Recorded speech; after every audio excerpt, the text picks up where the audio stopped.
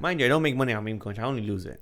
I've traded 3 of them. I've only lost, except for whiff. I have 25 whiff. That's the only thing green right now, and it might be going red soon.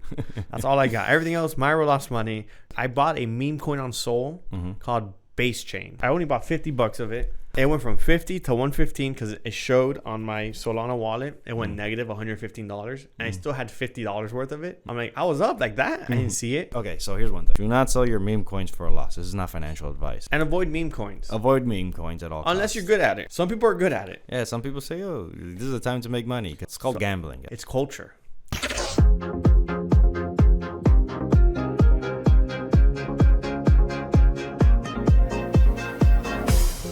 Welcome back, everybody, to another week of your favorite crypto podcast. Sometimes crypto. The Unscripted Crypto Podcast. Ew. Hey, yo.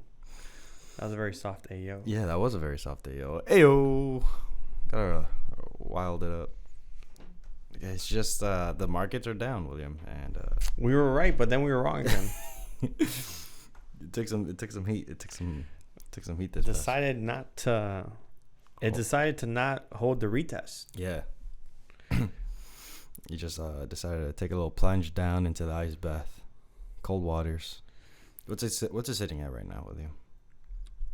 As of right now, on Tuesday, we are currently sitting at, and I move this number, 65,779, 778.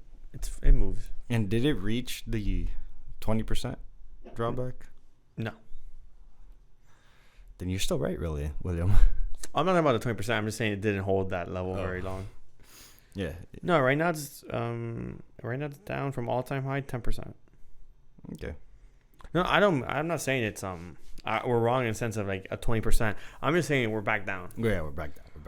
I will say I made a chart a couple 2 weeks back now of possible ranging that can happen. We're in my range of the box range I made. Oh, nice. William's getting good at making ranges. He's like, this is possible. Yeah. when I wrote it, I'm like, possible range. Right here. Well, I do want to address something that we talked about last episode before we get going, just in case you heard that. Tarnish. And William, I'll get to you. I close all my tabs. I'll give you time to open them back up. Then. So, last week I talked about this gold mining company, Nilams Resources, that had announced on Tuesday last week, that they published a letter of intent saying that they're going to be purchasing, in essence, a bunch of Bitcoin, 24,000 Bitcoin, from this special project that it's a special entity created just to hold Bitcoin. And their whole plan, whatever. It ended up being a pump and dump scheme by someone within the organization, who it's unclear. So what had happened was the CEO announced, he's like, someone within the organization managed to publish the letter of intent, and they did that with the idea of taking profits from the expected pump in the rise of their stock price. That person sold off their stock, made some money. Yeah. made good money, and then the news came out that letter of intent was indeed not legitimate, and that the company was not planning on purchasing that special entity group. So then subsequently the price of the stock crashed. It went down. The CEO made that claim and then continued on with resigning his position as CEO. I mentioned that to William, and he's like, oh, he probably had something to do with it. I go, well, it's a possibility, but I think that would be too self-implicating, that if he had play in it and then decided to resign, it's like, okay, there should be further investigation on this. But I think what most likely happened was that someone within the organization posted the letter of intent under his rule, I guess, under his and any competent CEO, well, I obviously am not capable or fit for leading this organization, as there's people doing things without approval. So he most likely just resigned out of like he's not fit to run that company. So yeah, I just wanted to make that quick PSA because that news developed after we posted the episode. Right at the very next day. Yeah. Like it happened on Wednesday. So everyone knows this change except we're addressing it now. Yeah, exactly. So essentially. I just want to let you guys know that happened. It was a sad for. I did say it though, like how much are they buying that for? Because whatever they said they were going to buy was worth 1.4 billion in Bitcoin. Yeah, it was a lot of. So Bitcoin. even if you bought the company itself that holds the asset, the company on the sheet will have $1.4 billion. Yeah, essentially. So it'll be like, how much are we paying? True that. So yeah, that was just a quick retouch on last week's episode, just to make sure you guys have the most up-to-date information and are not misinformed. But moving on, we got stuff this week. Lots. I mean, I want to say lots, but besides the fact that Bitcoin crashed like crazy, I wouldn't say a lot of has happened. I wouldn't say crash. Okay, well, come on, be honest. Is this a crash? I mean, you showed me that candle, and that candle looked pretty.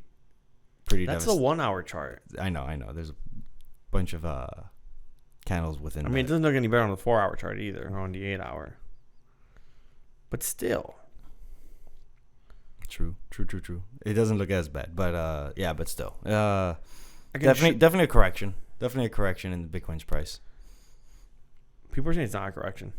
They're saying this is a correction for ants. This is an ants correction? Yeah. That's funny. Let's look it up. Let's look at the sentiment. What's the fear and greed index saying right now? That's a good sentiment. Noted. At the time of recording, we are currently at block 837,404. To reach the halving, we need to be at block 840,000. We're currently still sitting in extreme greed. Oh, okay. There's no fear. 79.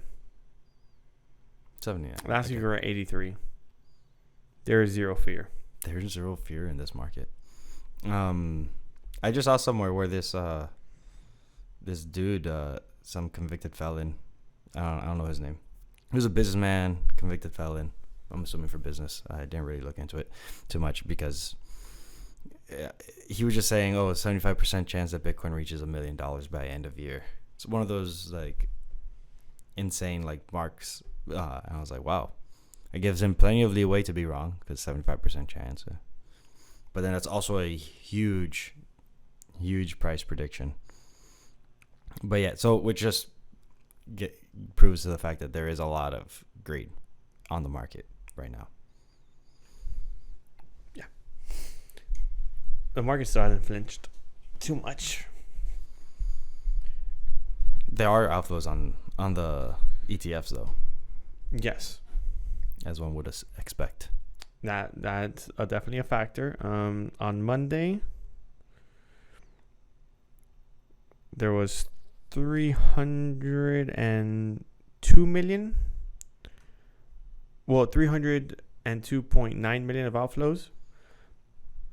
And there was 217 million in inflows. So there was like 85 million in outflows relative net outflows. So it was negative for the for the Monday. Which I mean, until, as we all know, GBTC stops selling, or that selling pressure goes away, which it probably won't for a while, it really won't stabilize. It won't, yeah. Because and at the rate the ETFs are buying, it's still, it'll be fine. At one point or another, it'll balance out, but it'll just take a while. Yeah, the ETFs are still buying way more. Because I have a chart here. Produced. So, March roundup. Bitcoin purchased by ETFs. 66,108. 66,108? No, 66,008. My apologies. 66,008. Yeah, 66,008. You said 6. 60. Okay. Yesterday? March. March. And miners only produced 28,513. Yep. So one way or another, they won't produce that much this month. Now by 420, it's getting cut in half. Mm-hmm. So just mind you, miners are producing that much. So if anything, the ETFs outflow for those who are trying to buy is their last chance to buy before they balance out. Yeah, before supply gets really dried up. And it's going to be much harder to... I wouldn't even say dried up. If you really think about it, the ETFs, all they're doing is capital rotation for the most part. Capital rotation. Yeah. I like that word. It's nice. But yeah. For the most part, all they're doing is going from GBTC to the others. Yeah. For the that's the majority of what's except for on. the very few, like those very few days that it's negative, which are slim for the most part. Yeah. They're just switching from one to the other because of the rate that GBT is paying for. Yeah, their fees are too high compared to the rest. So, and then all of them are way too high compared to anyone that holds Bitcoin physically. We're not comparing the two. They're different. I know. We know this. I just want to touch that real quick. We're not comparing the two. They're different. True. Yeah. Yes, everyone. You should hold your own Bitcoin if you can. For those who can't and you want to just hedge against inflation, Bitcoin's a good bet. Yeah. So capital rotation, as in like they're just moving it from GBTC to all. For the most part, that's most likely what's going on. Moving one to the other. With still like a lot of people buying up some Bitcoin over the counter, no? Or is it all? So what's going out of GBTC is funding all of what's going into. I'm saying the majority. The majority, yeah, that's what I'm saying. I can't say the exact number. Some of it's still coming in from other. Of course, from new people buying and whatever. Of course, 100%. I'm just saying the majority, I would say, is capital rotation. Not just people taking. I'm just saying those who still want to hold it long term are just moving it out to not pay that fee. Maybe not everyone, because again, it is a capital gains, a taxable event cause for rotating your capital. So you have to take that hit. That's crazy. You get hit with capital gains tax for moving. For reinvest. Yeah. It's BS. Yeah, kind of. But that's what I'm saying. That's why you can't say 100% it's only capital rotation just because not everyone's going to want to take that capital hit. Yeah, of course. Maybe. Those that do, though, look at it long term and be like, it's going to cost you more in the long run paying these fees than it would to just transfer it over to one that's cheaper. Yep. Yeah, if they're going to hold it for... Or buy their own Bitcoin. Yeah, if they're going to hold it for a significant amount of time, then it'll be, oh, wait, if I just pay the taxes now, then I save money because the rate that they're being charged is high enough where the amount of time that they're going to be holding it for is just... It makes sense. Yeah. Because they're charging 1% and some, while everyone is charging 0.25%. For the most part. So it's a lot of just moving funds. And, of course... And we haven't seen that real, like, large bulk of new money coming, in my opinion, into the ETFs. Yeah, like new people who are wanting to invest into. Because for the most part, I think I saw an article or saw a post that kind of explained that there's a 90-day period where issuers, like financial advisors, take to really learn the asset class and like to be able to present it to people that they're gonna offer it to. So there's a 90-day period where they learn the asset, they understand the fundamentals and everything else, and how to properly offer it to their clients. I see. So we're coming to the end of that pretty much. So now, okay, these asset managers and advisors can now offer to their clients in a way where it makes sense, show them the benefits, and then go from there. Those are the ones that hopped on the bull train as soon as they got the news that the ETF got approved. Yeah. And there's still going to be a lot of skeptics out there that are like, oh, wait, let's give it some time. And probably just now started studying the asset itself. Yeah. So they're going to wait another, like, let's say 60 days, give or take. So we're going to get even more financial advisors as time progresses selling their clients Bitcoin. Yeah, pretty much. And also on top of that, it would also be all those other institutions that don't want to offer it to their clients. They're either going to have to offer it or they're going to lose their clients. Yeah, because if they're not providing them a product or service, because now it's that other people are, then they'll be, well, I'm gonna take my money somewhere else. Then not even that. It would look upon the person that the institution is not offering it in a way of like, you're not gonna offer. Their clients would be like, you're not offering me the one asset that's making 200% in a year every 4 years, consistently at this point. Like I said, 200% every year, just because it's just always has improved in price over a 4-year time horizon. So just like, I'm be like, you're not doing a what's the word, fiduciary duty to a degree, in the sense of you're not offering me the best product right now. They'll just be like, you're not with it. Your company is stagnating. It's staying behind. It's not choosing to innovate and use this new and improved asset class. Yeah. Also, mind you, also institutions are going to start buying these ETFs and offering it 100, in other 100% funds that they create. Just we're going to add 1% of all total funds to Bitcoin, the Bitcoin ETF. Yeah, reallocate some of their current funds to hold some Bitcoin. And that's where it gets really spicy. Yeah. Because that's where the big money comes in. Bigger. Yeah. Much bigger. Yeah. So while we're already on Bitcoin and this, the United States government moved their Bitcoin onto Coinbase. Yep, the Department of Justice specifically. Well, it's seized. Yeah. It's seized Bitcoin. Yeah, so from Silk Road, the infamous Silk Road. Yeah, they sent out a small test Bitcoin, Satoshi's 0.001 Bitcoin, to a known Coinbase wallet. And then following that transaction, they sent out 30,000 Bitcoin. Oh, to make sure that it was the correct wallet. To make sure that the fund was going to be. Oh, kind of how we all do before we send anything. Like send a small portion. Like, is that good over there? Good. Yeah. All right. Except this was a lot more money. So it was specifically 30,174 Bitcoin that was sent. That's a metric boatload of Bitcoin, guys. $2 billion worth of Bitcoin. Current price. Current price. Yeah. So yeah, I would send out some sats first to make sure it gets received.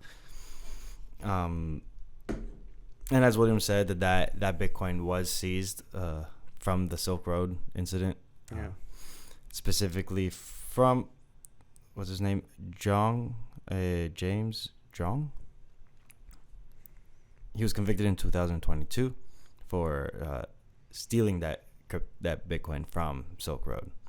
So he wasn't even the guy who founded Silk Road. Yeah, I don't know enough about the whole situation. I'll be very honest.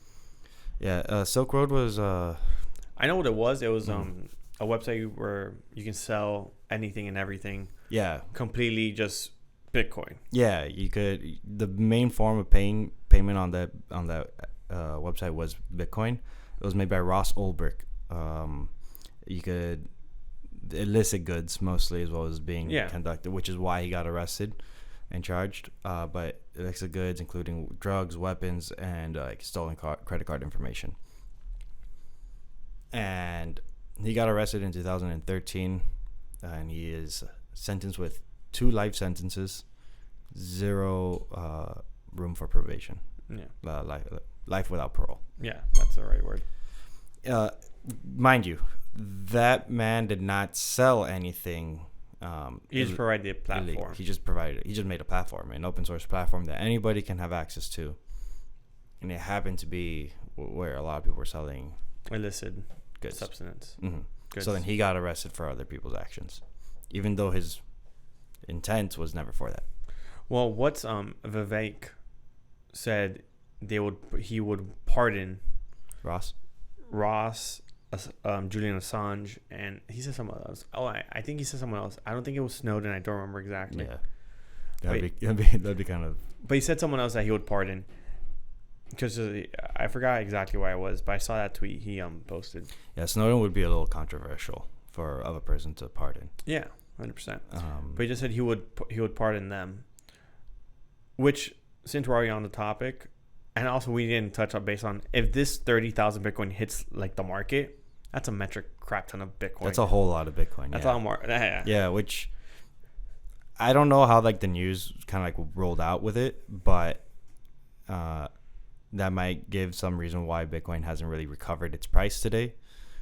Seeing how Coinbase is the main provider for the ETFs. Yeah. Main or sole provider? Sole provider. For all of them, no. I'm not sure. I can't say. I'm not main 100%. provider. Yeah, Coinbase is the main provider. For sure, main. So that's a lot of Bitcoin that Coinbase just got. Where it's holding now at this point, waiting to be sold because they haven't sold it. Yeah. So it's just waiting to be sold, pretty much. I mean, with all this liquidity now, it's like, oh well, maybe it'll get bought up fast enough. Which I just don't think they'll be able to sell it all at once.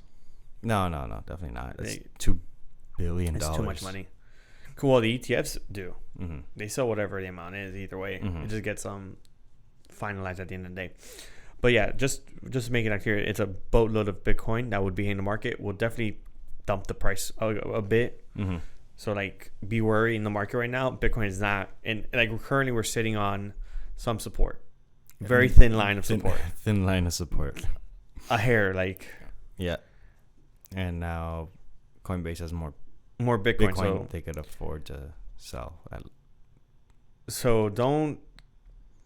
20% might be possible at this point if that Bitcoin hit the market fast enough. From where we are right now, of course. Yeah, and then the fear and greed index might be a little too greedy in my opinion. Also, before we move on to the rest, just to put in context, all RSIs on all coins. Context. What? You said contacts. I said contacts? Like contacts? Oh, my fault. I meant context. Context. Before we move on to the next. TAD context, I said? Or whatever. TAD. All RSIs on smaller time frames, up the only time frames, weekly, daily, and monthly, pretty much, are at the bottom. Okay.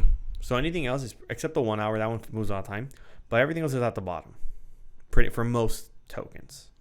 Oh, fun, interesting stuff. So we could see a recovery short term and a pump up, and then a pump down long term. So we may be in a range for quite a while. Yeah, moving a little sideways for some time. Very sideways. Maybe until the Bitcoin halving. Which is typical because we're still in that zone. Yep. Yeah, but I just want to add that. All right, we can move on. Now we can move on. Oh man. Is there something specific that you wanted to move on to? We were talking about something specific. Yeah. Oh, you talked about Silk Road. Yeah, about Silk Road. Yeah. So the guy that they confiscated the Bitcoin from, James Jong, he had originally stolen 50,000 Bitcoin. Jesus. Yeah, in 2012. And back in January, February, March. In March last year, the DOJ had sold about like 120 some million dollars worth of that Bitcoin. So this is the other portion. Yeah, this is pretty much the other portion of it that hadn't been sold. Got you. So the U.S. Department of Justice, they seen some pretty good returns because the price of Bitcoin from now compared to what it was last year. Oh no, if it was huge difference. Yeah, day and night difference. I mean, that kind of speaks as to why it's a good idea for governments to hold some Bitcoin, because long-term investors in Bitcoin end up in the green. Yeah, for the most part. They'll be like, you know what, we made a lot of money off this Bitcoin stuff. I mean, granted, they made 100% money seeing how this is a seized asset. But that's a different story. Yeah. Well, my bad. It was a 215 million, not 125. 215 million was sold. That's fine. Does it say how much Bitcoin it was? Yeah. Roughly 9,861 Bitcoin. Okay, so they still have another like 10 grand. Yeah. Another 10,000 Bitcoin. Something like, yeah, give or take. Okay. Fair amount of Bitcoin left. Just in case they're trying to see if it goes to 100K. Yeah. Yeah, they still got about 10K left. Right. I wonder what's their plans with that. Yeah. Let's see what happens with that. So our favorite guy, because we're on topic of government and DOJ, Sammy Boy was sentenced Oh, the bank man. The bank man. The fried. The freed. The fried bank man. The fried bank man. 25 years. 25 years in prison with opportunity for parole. Is it? Yeah. I didn't read that part. Given good behavior. Okay. I mean, he won't be able to not behave good. He won't behave bad for sure. Yeah, I mean, unless someone tries to take some shivs to him and then he's trying to defend himself. I'm not saying I wish this on him. Don't get me wrong. I'm just saying this is life in prison. And a lot of things can happen. Because if you start, someone attacks you and you fight back, like, you're still not good behavior. Yeah, but he's not gonna get that prison. He's gonna get the nice one. Yeah, of course. Up in New York. He's gonna get the nice prison either. Like, prison either way, but the nicer one. Up in New York City. Now the question is, will he serve those 25 years? No, if he has a chance to get out with for good behavior, he'll probably serve a little less than that. Did you hear the BS that he said? What BS did he say? He's like, oh, I didn't intend to do anything like this. I didn't see anything that I was doing as illegal. All BS, because, like, if you listen to the way that he would speak about the whole situation, like, it reeked of it. Yeah. The guy was clearly, like, just trying to sway his words. But maybe in his own mind, he didn't think it was illegal. Maybe he knew it was wrong, but not illegal. No shot, William. I don't fucking No shot.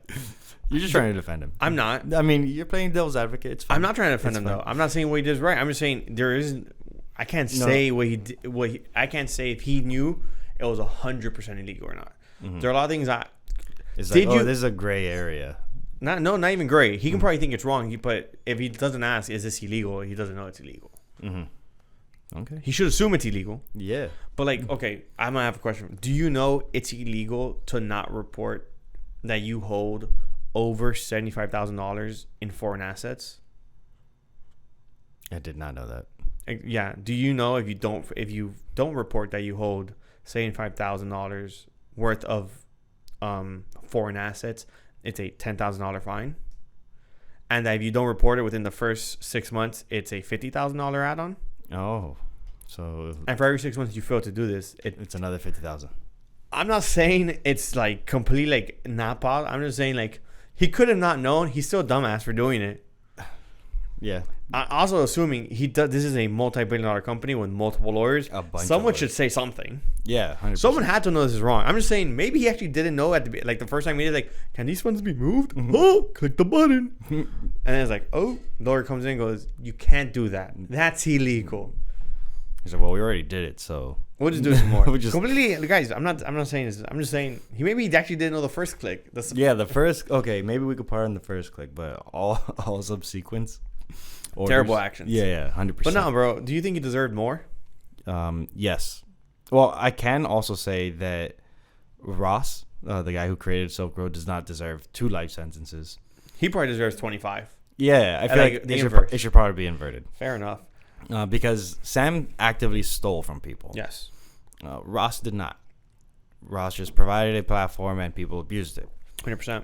Sam created this platform. Promise it wouldn't be I take it back. He knew it was illegal because he said customer funds won't be used for other things. I take it back. He fucking knew. Of course he knew. Fucking knew. Of course he knew, man. It literally said it. He's like, oh, we won't use your funds. He fucking knew. For him. Scumbag. Slime bag. It's slime. But continue. So yeah, 25 without chance of parole. Or like getting out for good behavior. Yeah. You'll take it. I'd take that. That's, to me, seems fair. Because this man ruined a bunch of lives. Thankfully, not you and me. But I won't say that he absolutely did. They made back their money, like their initial investment probably. The people who held directly with FTX, I guess. But this had a huge effect on the entire market. Exactly. As a whole. 100%. So, like, the fact that it's kind of hard to track exactly how many people were affected by this. But a whole lot of people were affected by it. I'm with you on that end.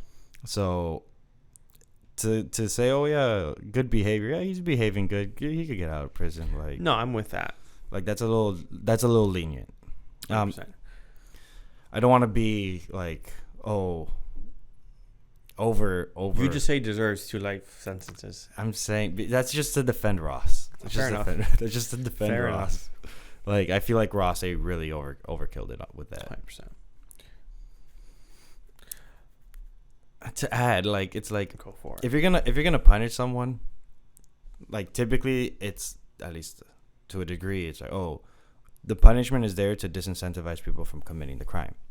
Therefore, if the punishment is not severe, then that means the next person who does it is like, oh, Sam Bankman-Fried only got 25 years with chance of parole. You know what? I could take that risk. Versus if it's something severe, then it might lower the chance of someone. Well, he also didn't keep any of the assets that we know of. Mm-hmm. Also, well, that we know of, he hasn't, because they found the remaining amount. Yeah, they're pretty much. But not just that, he won't be able to create an exchange again. No, he won't be able to create, and he won't be able to work on Wall Street. That guy's like, the most he will do is be able to maybe trade crypto online. He's nuclear waste. He's 100% nuclear waste. But, like, he won't be good for it. Like, he could probably, most he'll do is like a consulting business. Yeah, that's about it. But he won't be able to create a trading firm or any. Because how old is he? 30? Assume he's 30. He'll be out. Assume at the max 56, right? Mm-hmm. With 31, 32, 56, 57. Yeah, 31, 30, yeah. Bessie guy has a chance to make up for it at his later end. Yeah, assuming he does. He lives out his full sentence. Yes. And I do think people would still be disincentivized to do so. Yeah, obviously. Yeah. Because 25 years at the max. That's maybe 10 at the minimum. That's a significant portion. That's why I'm saying, like, 25 years is, I think it's a sizable sentence. It's just the chance of parole. It's like, okay, well, if he gets out in 10, that's even less. It's like, if I do something not as big, maybe they only sentence me to 10 years, and then with chance of parole. At work, we always say, you want to commit crimes, make sure you create very large white-collar crimes. Why? You get out in 25 or less. Yeah, no. The white-collar crimes are definitely the best crimes to commit. And you might be able to hide some of the money away. We're not condoning any. We're not condoning. First of all, let's be clear here. We're not saying you should commit any crimes. Crimes are bad. You shouldn't steal. You shouldn't do none of these things. We're just putting, if you're going to do one or the other, might as well go big or go home. Yeah. Also, don't do it. Yeah. Please be safe. Be smart. Stay in school if you want, or drop out. That's up to you now. Yeah. White collar crime has definitely always been one of the types of crimes that serves the least severe sentences. And affect a lot. Oh, and it affects the most amount of people. Significant changes. Yeah, it affects pretty harsh. And like, we're not just talking about like strictly like financial crimes either. Like, white collar is pretty broad. It's actually more broad than one would think. Like disposing of toxic waste in certain areas that aren't allowed. Also true. I was talking about mainly financial, but yes, that's also white collar crime. It's like, oh, you didn't properly dispose of your waste. That happened with some school up north. They dumped toxic waste into this landfill that eventually ended up becoming a school. What? And then kids there were like dying and being born with deformities. Yeah, they found out like 10 years after, and then the company got it. Yeah. So, yeah, white collar crimes is definitely very wide and vast, and always affect the most amount of people and serve out the least severe sentences. So yeah, go big or go home. Don't do that though. Okay, good stuff. Don't do crimes. I wish you would have gone at least 25 flat or a little more. If you're gonna give him parole, 30 or 35, yeah, that's what. And give him, a chance of parole then. Yeah. If not, make it like, okay, you really gotta behave good, because if not, you're gonna. And from what I know, if CZ hasn't received anything yet, nothing. We'll see what happens there. Yeah. I hope he makes it out. CZ. He's like launching this whole education program. I think we talked about it. Yeah, we did talk about it. I've heard more about it, but he's launching a crypto-based education platform. Yeah, before he goes to jail. Dude, homie's like, I'm bored. Let me do something else. Mm-hmm. You got any pressing topics that you want to discuss? Anything fun, exciting? You know what Base is? I assume you know what Base is. It's like when you're like... What? No, the blockchain I know, base. I know what it was. God dang it. Speaking of it, if you made it this far, please drop a like, comment, share, follow. Thank you guys. William's like, what's it? That was super unprompted. Jesus, I wasn't ready for that. So I looked. I'm obviously aware of what base is, and from the last couple of how meme coins have been blowing up on Solana, going mad crazy. Solana it's kind of the reason why the price of Solana is being pumped up so much is because they have to buy Sol, get on there, then trade it, or vice versa, take profits from their meme coins, put it into Sol, right? So now the same thing is happening on base. Mm-hmm. They're taking whatever token, converting it in base to then buy meme coins on base. So we're saying the next uptrend, since base has no token as of yet, and I think Coinbase said they're not going to release one. The TV, just like the on user usage of base, is basically competing with Sol at this point. Yeah, because they're all shifting. Yeah, they're moving from. Well, what I saw was we're completely disregarding the typical funnel of liquidity going from Bitcoin's pumping to ETH and Sol's pumping. Well, we'll touch that right now. Okay. I just wanted to touch that because I was gonna move on to that. Okay, I see. To that narrative now. So everyone's moving from Solana to base now. Pretty much the base chain to use their meme tokens since they're starting to explode. Okay.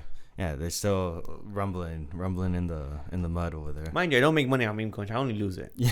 I've traded 3 of them. I've only lost, except for whiff. We only take losses. I have 25 whiff. That's the only thing green right now, and it might be going red soon.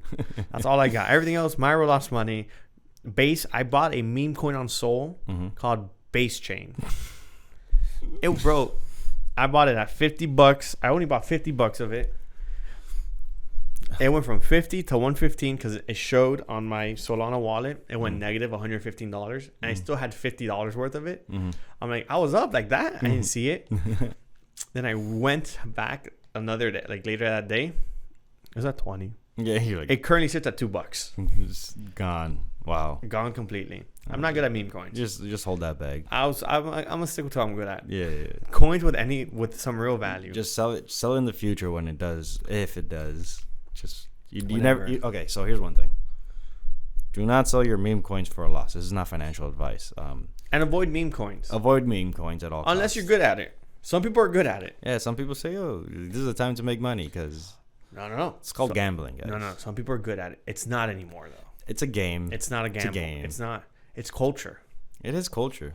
It's meme coin culture. But you gotta consume copious amounts of degeneracy exactly. On Twitter. It's for them. You gotta really get deep into the vines in Twitter. You gotta find the right spaces, and you gotta hop on all the spaces.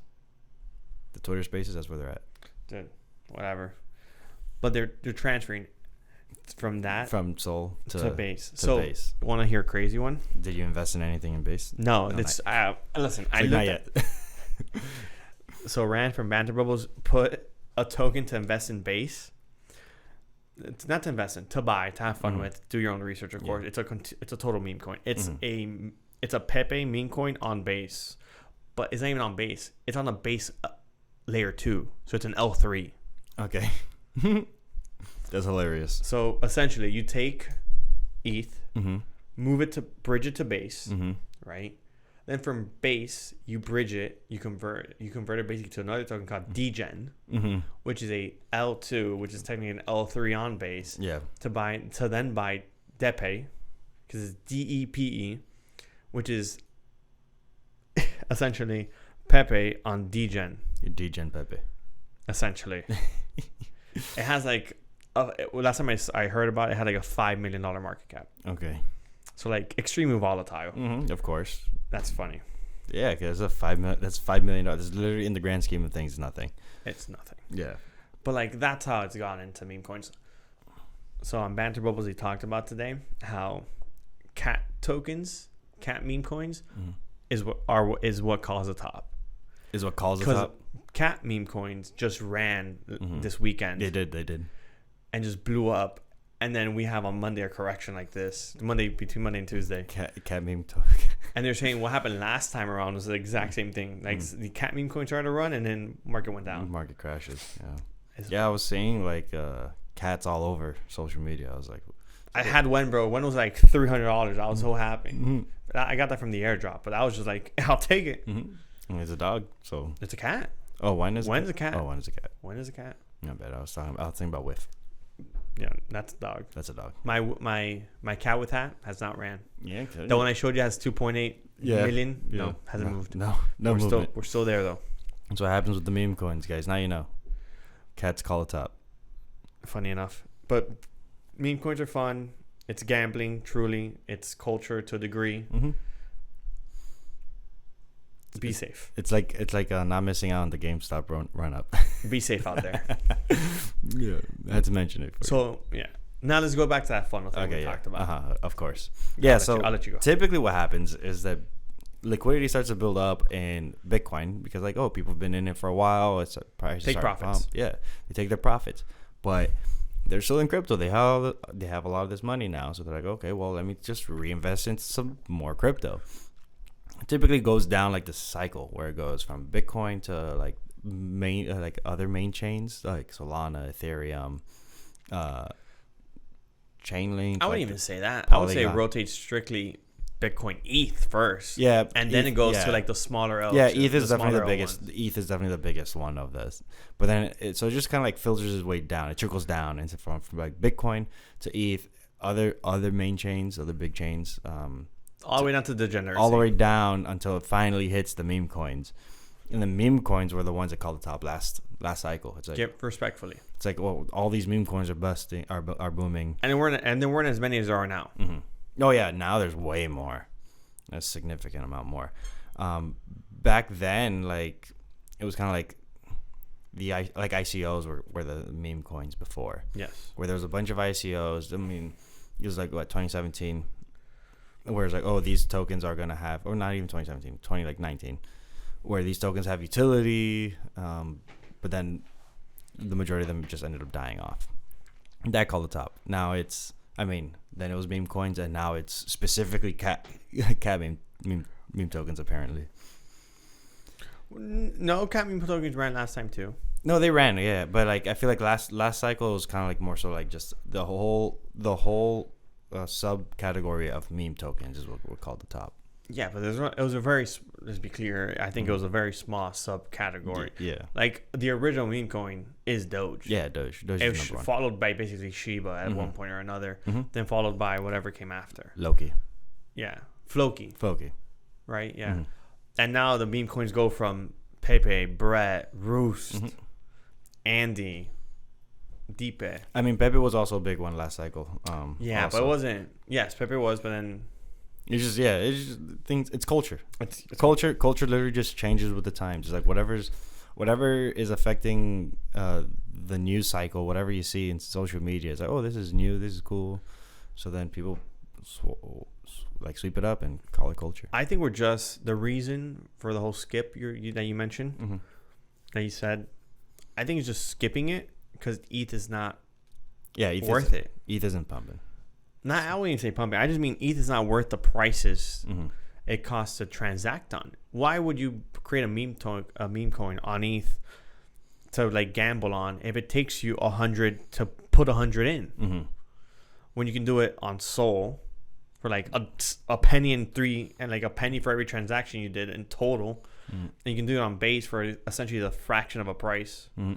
After the compared to Ethereum, compared to ETH itself, like meme coins don't make sense. There's a reason why right now also. Yeah, absolutely. You're right. The NFTs on Solana are ripping, but ETH isn't.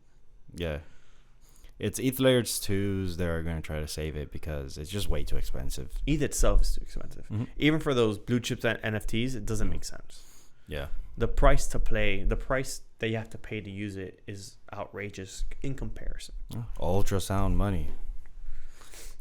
Their burn rate is ridiculously high. What? Like ETH? Yeah. Yeah. So like the amount you gotta spend in gas is just a lot. What does that mean? Sorry about that. Oh, you're good. Also, it's the ease of creating meme tokens at this stage of the game is much easier than what it was originally. Oh, for sure. More people are adept to it. More people are able to do it. So that's another thing, and that's why it's creating this whole spike that we're currently seeing, of course. Yep. And this is only gonna get more proficient. Like, you're gonna see even more of this as the technology starts to become easier to use. Who's this guy? Some executive from Mexi. We talked about him before. He actually went and gave support to like meme coins. He's like, this is super important. Okay. You know who I'm talking about? I don't know who he is, but that's with a grain of salt. Yeah, obviously. Because he's gonna list it. He wants to list it on the exchange. Oh, I see. I'm trying to find his name. Yeah, but yeah. I mean, it makes sense. A lot of exchanges are actually listing meme coins, which it before took much long. Well, maybe not these more so non-US centralized exchanges would post them, but again, some of these tokens are like exchanges are like, oh no, let it when you launch it on ours, or like we'll allow you to launch on the exchange itself. Yeah. Also, whenever a token gets launched on an exchange, that's a big green flag for that specific token, because they just get access to all these new users. Yeah, right after launch, a token on an exchange goes parabolic. Yeah, because other than that, you would have to interact with the wallet directly to get or with someone who has it on some other platform. No, you literally have to go. You have to use a decentralized exchange ID to use it. If not, you have to go through loops and bounds. You literally have to interact with a smart contract. Yeah, well, in this particular case, it's pre-sales where there's always send me some. Those are ICOs for real. Yeah, send me some SOL, and we'll send you meme tokens at one point when it drops. Yep. I can't find his name. Sorry, guys. That's fine. But yeah, it's just a whole new form of trading. Like, people don't. This is new to the cycle. To this cycle for sure. Mm-hmm. Here to stay for sure. What? In terms of like culture, there is this new cultural movement that's being pushed out by large players in the crypto space. By large players, I mean companies. Nexo, Chainalysis, Polygon, Brave, and Nansen, amongst others, usually the ones that caught my eye, are all fighting, signing a petition now to get an official Bitcoin emoji. They launched a petition, and it has already accrued more than 10,000 signatures. And they're going to present this to the Unicode Consortium, which pretty much is a standardization of emojis across all platforms, so operating systems. The idea is to get like about 50,000 signatures. I thought you were about to say dollars. No, 50,000 signatures. Like, that's it? No, 50,000 signatures. Okay. To get an official Bitcoin emoji. Get it? Where? On like the emojis tab. Oh, like on the actual tab. Yeah. Okay. Yeah, an actual emoji for Bitcoin. For Bitcoin. Yeah, where they quote, and I quote from like the petition: Bitcoin is more than a mere digital asset. It's a symbol of freedom and universal reference for digital assets in everyday life. That should be easy enough, though. Yeah, it shouldn't be 50,000. That's easy. I mean, that's just what they're trying to get in terms of signatures. Yeah, I think amongst all those organizations alone, they should be able to get that. Yeah. But yeah, Bitcoin emoji would essentially just really bring Bitcoin to the forefront of everyone's face. It's like, okay, well, now there's an emoji for this. Like people are gonna start communicating with it, just sending it out. Just the picture alone is gonna be, or like when you're swiping and looking for the right emoji, you're gonna pass by it. Oh, there's Bitcoin.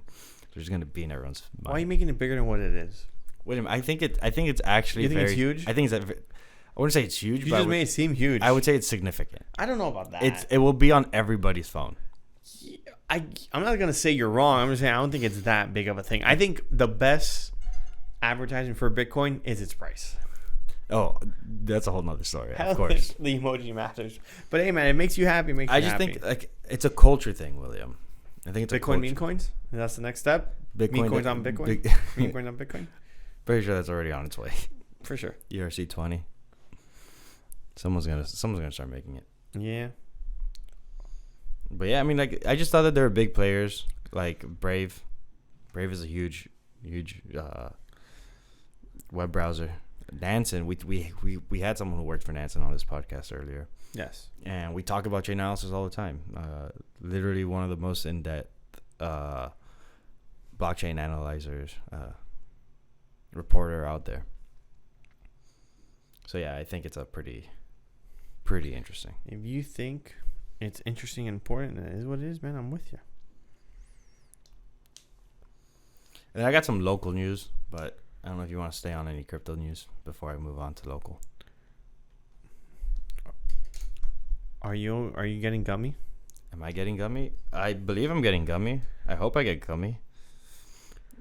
If I'm doing this right, my banter bubbles says I'm getting 54,280 airdrops. That's not the way that works. It says there's literally a token. It says airdrop. Yeah, I don't think that means the amount of tokens you're getting. I don't know. Did you see the? We're talking about banter bubbles. They're dropping a token, meme coin themselves, called Gummy. The Gummy. Oh, hail! It's your fun THC Gummy is what they're calling it. We don't have any Gummy right now, but we might have some in the future. So, quick disclaimer. Well, it's not out yet. I know. I'm saying it drops Halving Day. It drops Halving Day. When is the Halving Day? April 20th. April 20th. 420 this year. People, that just speaks to meme culture, William. That just speaks straight to culture. Have you seen their website for Gummy? No. For Gummy? I have not. I'm going to pull it up. It's fun. Now. I'll show it to you. Okay. It's a fun one. Oh, the OG Gummy on Solana. That is an OG Gummy. Right. Yeah, it's a very nice page. I like it. It looks a little scrumptious. I think it's hilarious that they're dropping a Gummy token on... That wasn't planned at all, right? On that date. Yeah, I don't know about that. So, did you... the reason I bring it up, because I wanted to show you the tokenomics. Oh, okay. So, as of right now, it changes every now and then. 10% goes to setup and marketing. 30% is going to the airdrop. 60% going to fair launch. That's it. Okay. 0 going to founders and team. Cool. That's very cool. So that fear of dumping is not there as in other tokens that the team and founders typically hold. Yeah, a fair amount. Mm-hmm. I mean, then again, that team is also completely doxxed. Also, like for the most part, the majority of their wallets and everything would be doxxed. They're all doxxed. Yeah. But then again, it doesn't matter. Irrelevant. Because none of it's going to the founders. Very interesting. There hasn't been more information. I am curious to see, because there's a few ways to get the airdrop. One is signing up on banter bubbles, Sniper Club, whatever their whole thing. They haven't brought it up, and I want to know how many will there be. Oh yeah, I thought that's what you were gonna say when you said you were gonna get into tokenomics. I was hoping they might have been on here, yeah, but because I promise you, from my perspective, it looks like I'm getting 54,540. Alex, if that's your perspective, you don't want to know mine. Wait a minute, I root for you no matter what. I was on. Okay, so you all know my number? if it's not like on a hard cap.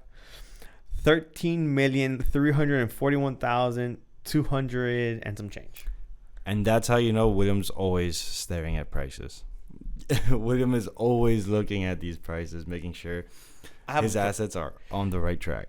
Or just crying inside. Or mostly crying inside, probably. I can assure you, last night I cried. Yeah, William, don't worry, I cry all the time too. I woke up. Because I have ever talked about on the podcast that I wake up in the middle of the night to check prices. I'm pretty sure we have. Yeah. I woke up last night. I saw prices. I'm like, we're dumping. Isn't that wonderful? Back to bed. Yeah, William doesn't sleep. He just takes naps until he checks his price again. Pretty much. You get text messages from 2 o'clock in the morning, 4 o'clock. I'm like, bro, what are you doing? Whatever. So the airdrop details haven't come out yet. Okay, cool. But I just want to share that. And the date is just a mere 18 days away. I mean, from time of recording, guys. Yeah. Granted. Bitcoin halving, April 20th. So, you brought up Bitcoin halving. We're going to see some sideways as typical because Bitcoin after halving always goes sideways. Mm-hmm. That's when the alts run for the most part. Oh, yeah. When Bitcoin moves sideways. In that time frame, Bitcoin goes sideways before it goes parabolic. It's when the alts really start going that next leg up. Yep. So If you're not stacked up, you might want to stack up. Little bags, little baggies. Not financial advice, guys. Not financial advice. This is wild, wild west out here. We're not telling you which ones to get, but we do know that. Well, we did share a list of things you should get. Yeah, we did talk about that earlier. You should find one of our episodes earlier. So what I was gonna say is we'll probably see Bitcoin be ranging in the. If it doesn't break the 80s, if it doesn't break 73 and go above that, we'll probably see a range between like 72, I would say, to like mid 60s for that time frame. That's all I wanted to say. I see. And then alts go up. Gonna be fun. Yeah. Don't forget to take profits, guys, on your way up. Don't forget to take profits. Well, don't forget to take profits when you feel it's the right time to take profits. If you want to, of course, you don't want to sell some early positions now because you want to hold it for later on. Understandable. I haven't sold much either. And if I do so, I really just buy back into other things. Big facts. Because everyone kind of feels that they know what's next. Everyone does kind of feel we know what's next. Yeah. Okay. You got anything to add here? Yeah, the local news that I was talking to you about earlier. Okay. You don't care about it? I won't bring it up then. Do you care about it? So this is my thing. Do you want to talk about it because you care about it? Or you want to talk about it to fill in space? No, we don't need to fill up any space. I kind of.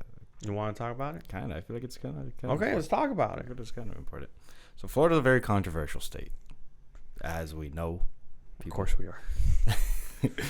Lots of things going on over here, but the Supreme Court of Florida recently just approved 2 new amendments that will be on the ballot for 2024. Amendment number 3 and amendment number 4. Why is this something I want to bring up? Because these are very noteworthy amendments in terms of what's going on and how it will shape the state, pretty much. Amendment number 4 has to do with the very controversial, very disliked actions of Ron DeSantis making abortions illegal, essentially after 6 weeks. Ron DeSanctimonious, like who calls him that? Ron DeSanctimonious. Or someone calls him that. I forgot who it was. Someone calls him that. So that's probably like one of the worst like bills that he has brought up where he has received an immense amount of backlash. Rightfully so. Yeah. 6 weeks for abortions is absolutely ridiculous. That bill hasn't taken effect yet. It will be at the end of this month, beginning next month, where the 6-week ban is in effect right now. It's 15 weeks. Okay. But essentially, amendment number 3 will. And it states, no law shall prohibit, penalize, delay, or restrict abortion before viability or when necessary to protect the patient's health, as determined by the patient's healthcare provider. Essentially making it so that no law can be put in place so that abortions cannot be legal or made illegal before the end of the second trimester, about 24 weeks. So prolonging it to 24 weeks. Which is what the initial Roe v. Wade bill pretty much stated. Okay. For this bill to pass, we need a 60% majority voting. 60%? 60%. That's pretty much how it is for bills. Really? My bad. Amendments, not bills. Amendments. Okay, I didn't know that. It was 60%. Yeah, amendments require 60% approval, voting in favor for it, so that it could be amended.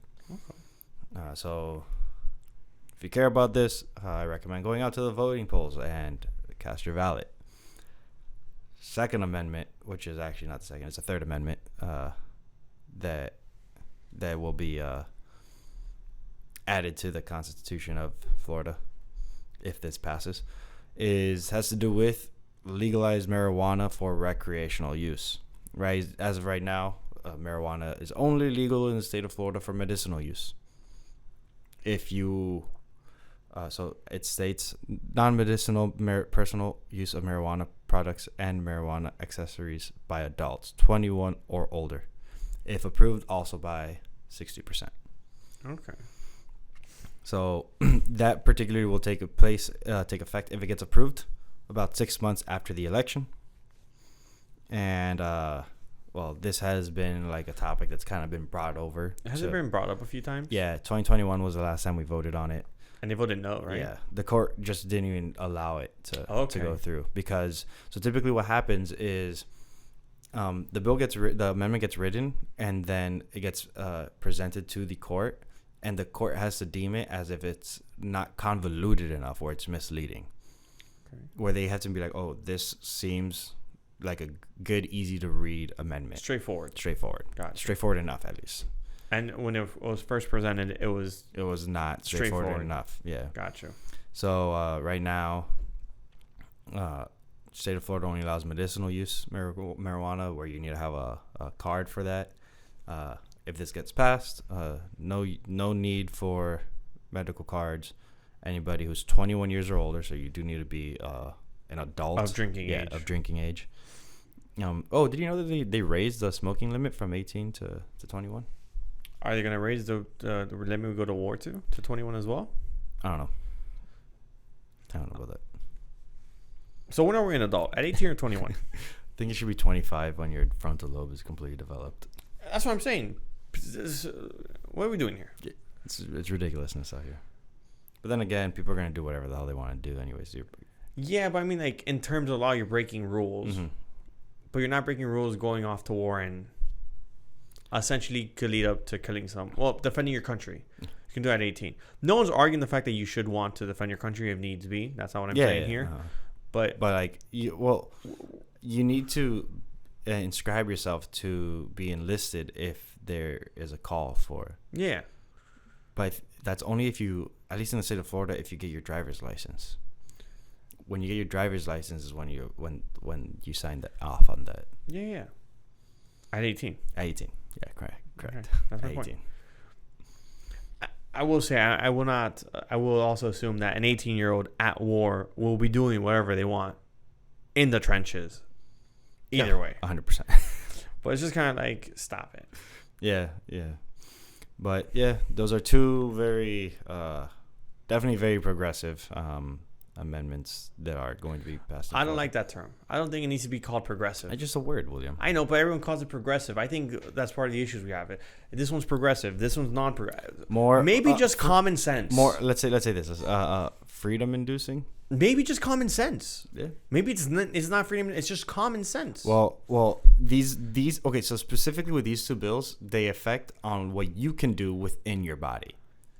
But it should be common sense. It should be pretty like hands down.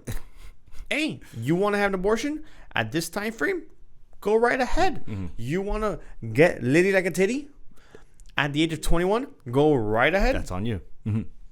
I don't think it needs to be called progressive or freedom or the other person saying, it's conservative. I think it just makes the most amount of sense. Yeah. Common sense. Common sense. Which is very uncommon apparently nowadays. Common sense is lacking. It's always been lacking.